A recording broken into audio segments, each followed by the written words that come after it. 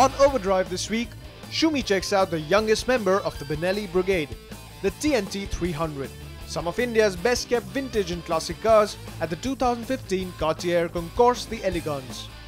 Auto Selector with Bert and all that's happened this week in the world of auto. Hello and welcome folks, you're watching Overdrive. Now the DSK group introduced India to a wide range of motorcycles from the Italian manufacturer Benelli. From a 300cc all the way up to 5C 1130cc beast. But of course the bread and butter is the TNT 300 naked motorcycle, which has been launched in a segment that has seen so much action lately. So well, our resident motorcycle expert Shumi went and found out if the TNT 300 has what it takes to survive in this segment. Benelli is a fabled Italian brand with a great story. More recently, it found new Chinese owners who've kept some of the legacy intact, expanded the range and most crucially for us, expanded the brand's reach. The company tied up with DSK, the Pune-based group, to bring their motorcycles to India. Shirish Kulkarni heads DSK Benelli as well as that group's other motorcycle business that's also based out of Pune, DSK Hyosung. We started off with a Korean manufacturer, today we are with an Italian giant, so it's all in all, it's really a great experience. I think as DSK, our offering to the market is coming out in such a way where we've got now products almost at every level.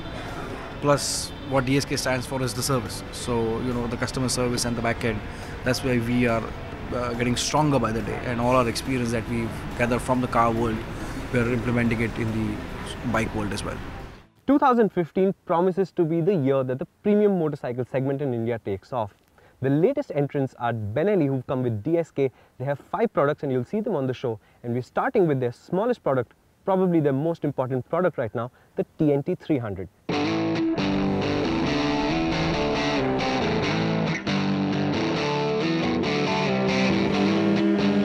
The TNT 300 is a parallel twin-powered motorcycle that takes on the role of a sporty commuter. It has an upright ergonomics package, you sit more or less straight up, and the engine makes 38 PS of peak power.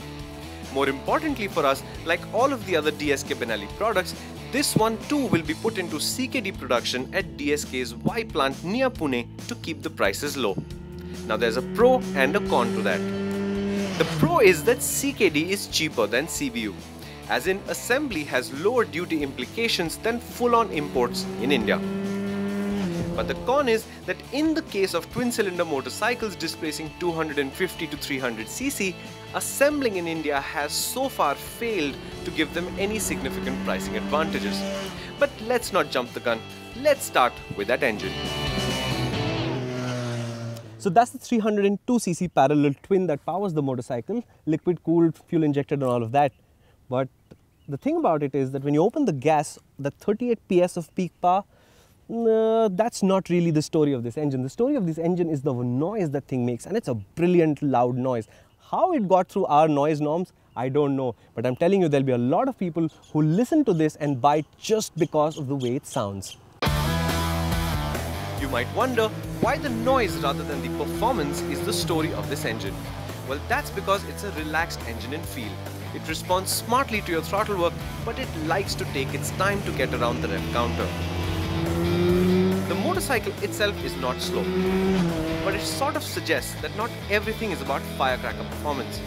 I would ordinarily disagree with that, but there's something really nice and mature in the Benelli TNT 300 that I think you will like.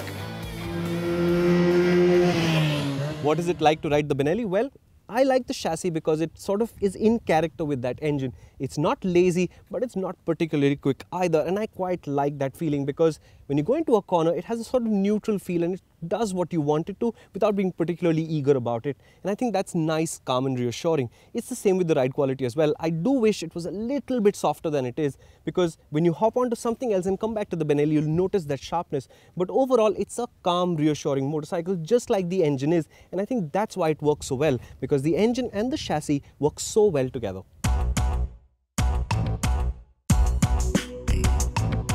The chassis, of course, is a trellis frame in lovely silver with a tubular swing arm in black. The silver contrasts wonderfully with the lustrous Benelli green, and the overall motorcycle is rather easy on the eye, even if it is not very distinctive in design. More than one person commented how the side-slung monoshock, the shape of the tank and a few other bits remind you strongly of a scaled-down Ninja 650. But maybe that's just people free associating with the green color, but the point is, the Benelli TNT 300, it looks well made though it has a few rough edges. It felt like it would last, and every time I turned around to look at it, it looked promising. That is a pretty good package then. The Benelli TNT 300 is well made, it looks good, and it's priced at 2.83 lakh rupees ex-showroom Delhi.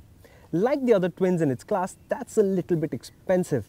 But the thing about this bike is that it reminds me strongly of the Suzuki Inazuma. It didn't do too well in the market, but if you talk to the guys who bought that motorcycle, they're extremely thrilled with their Suzukis.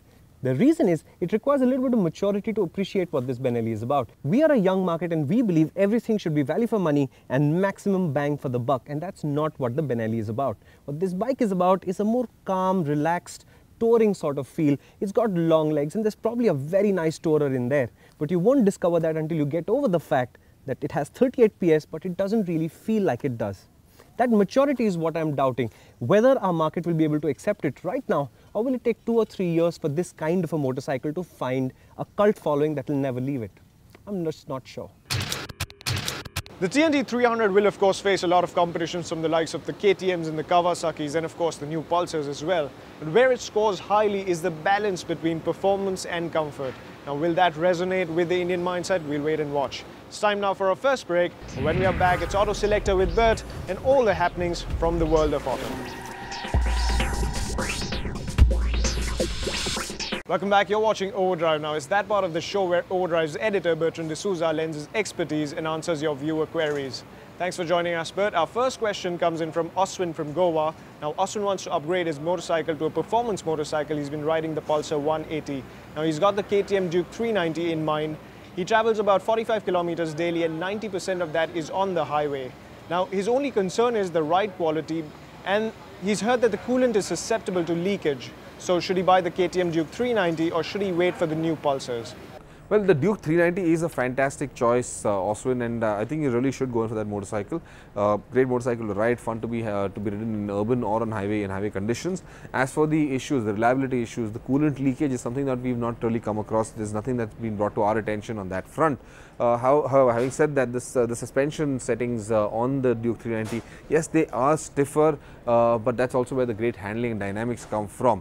Now, another option for you is, of course, the Bajaj Pulsar RS, and we've seen teasers of it, and that motorcycle will be out shortly in showrooms. You will be able to buy that motorcycle very soon, and by this time you will have either seen our review or you will have the review with you shortly. So just wait for a little longer and you'll have a better opinion on whether you should invest in the Bajaj product or the KTM shortly.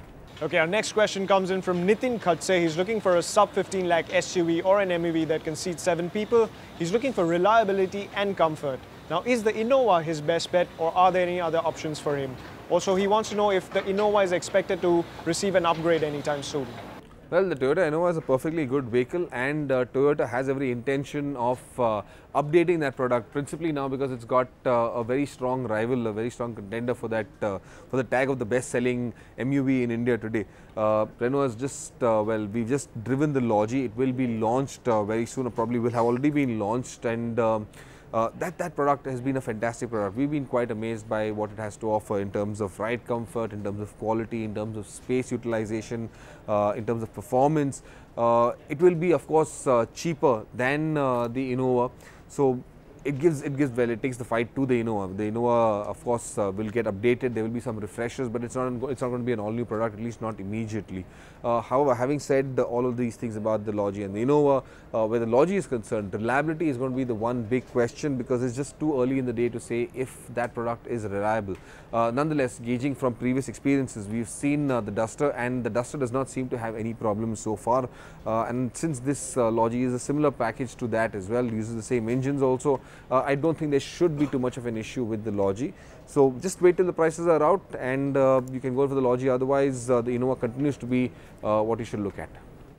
Bhupen Rathore writes into us next. He's been riding an FZ16 for the past 5 years and now has decided to upgrade to a higher capacity motorcycle. Now he's shortlisted the Royal Enfield Electra and the KTM Duke 200, though he's aware that both the bikes are in completely different segments. Now in terms of maintenance costs, how does the Royal Enfield compare to the KTM Duke 200?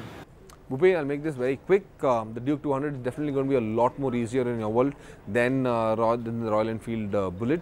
There's still certain questions about the Bullet's maintenance costs over a period of time, and the Duke 200's parts are far more cheaper than what you would pay for to Royal Enfield. So there you have it, Duke 200, that's the motorcycle you should look for.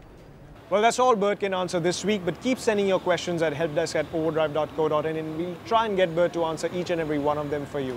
Moving on, we've got some motoring news for you. Mercedes promised 15 cars this year. Well, they've launched 2 of them this week.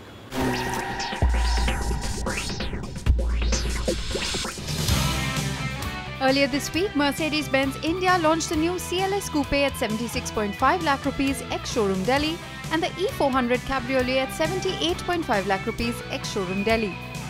This facelifted model of the CLS gets an efficient new diesel engine, the same as the one seen in the E250 CDI, and comes mated to a 7-speed automatic transmission. The CLS gets new high-performance multi-beam LED headlamps, an A-class inspired front grille and rear bumpers, and offers 8 airbags to buyers. Mercedes-Benz India now offers cloud-based apps which makes accessing Facebook and Twitter accounts while on the go very simple. The fresh offering for Mercedes-Benz India, however, was the E400 Cabriolet that houses a 3.5-litre V6 turbo petrol engine under the hood and races from 0 to 100 km per hour in 5.3 seconds and a soft top that shuts in 20 seconds. Both the cars will be available for sale at dealerships across India as completely built units. It's time now for a final break, but on the other side, we've got some fantastic visuals from the 2015 Cartier Concours DElegance.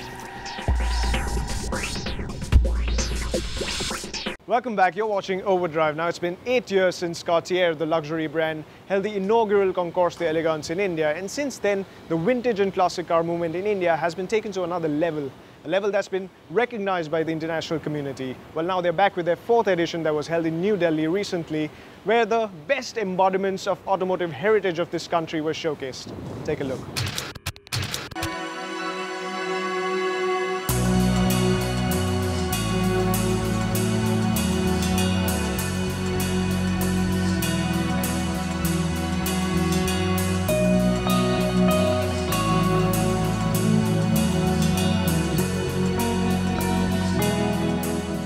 Hello and welcome to the 2015 Cartier Concours d'Elegance. Now the wraps on some of the best kept classic and vintage cars and motorcycles are about to go off. Let's take a look at some of the most timeless automobiles in India. The Cartier Concours d'Elegance is a unique vintage car exhibit and competition held biennially in India. Cartier's Travel with Style celebrates the distinctiveness of the auto heritage of India and the specially appointed automobiles and motorcycles from the days of the Maharajas and post-independence India. Set to rank alongside other world-renowned concours such as the Cartier Style Luxe, the Villa d'Este Concours d'Eleganza, and of course the Pebble Beach Concours d'Elegance, the Cartier Concours d'Elegance has put India on the international classic car circuit. The relationship between Cartier and India dates way back. The Cartier brothers came in 1911 all through India and fell in love with India. India has been a source of inspiration for Cartier with the Tutti Frutti. We had a fantastic respect and relationship with the Maharaja because they've got, like all Indians, a taste for design, a taste for craftsmanship, and a taste for stones. But today it's a passion recognizing the talent of Indians to pick up the best car, best designs, and to keep them over the years. And that's something which is passionate and makes all our heart beats faster. It brings out the best in you, in the sense that you're competing against the best in the country. So then the quality of your restoration goes up. So every year the bar of restoration has gone up in Cartier from the 1st year till the 4th edition. The Jaipur Polo Grounds in New Delhi played host to the 4th edition of the Cartier Concours d'Elegance 2015. Curated by the renowned Indian automotive historian and expert Manvendra Singh of Barwani, the Cartier Concours d'Elegance went further in showcasing some of the rarest and best preserved vintage automobiles from across India. it's very inspiring for me to see that the cars have been brought to such a condition, and to hear people like Sandra Button say that they're almost there or they're already there compared to Pebble Beach, which is a very big compliment, a huge compliment coming from a CEO of such a prestigious event. The fourth edition saw the inclusion of two new automotive categories: the Piccolo Fiats, celebrating the Italian company's famous small cars, and coach builders to the Maharajas 1 Plus, celebrating a famous Anglo-Belgian coach builder and its creations for the Indian Maharajas. These categories were in addition to the pre-established categories: pre-war, post-war, Indian heritage, preservation, and the roadster classes. Motorcycles from across the country competed in three signature classes: the veteran vintage, pre-war, and post-war. Well, a good restoration job should be, in my humble opinion, the job of a purist restoration, which really means the car should be restored to the way it was built originally, and not the way people like to see it. It should not be overdone. It should not be over-restored.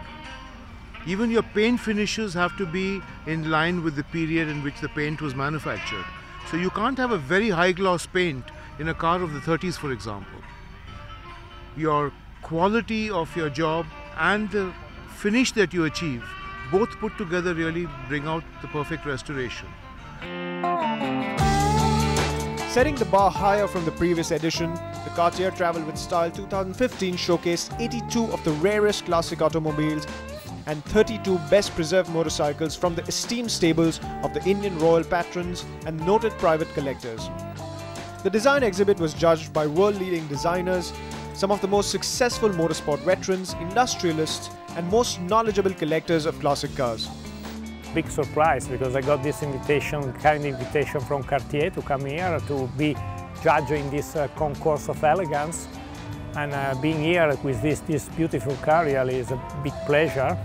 Now we have to judge, and it's difficult because the quality is very, very high, and it's a surprise to see a so high quality here in India, because they told me that these cars, they are here in India since many, many years, and you know, and the restoration and everything is made here in this country. So congratulations.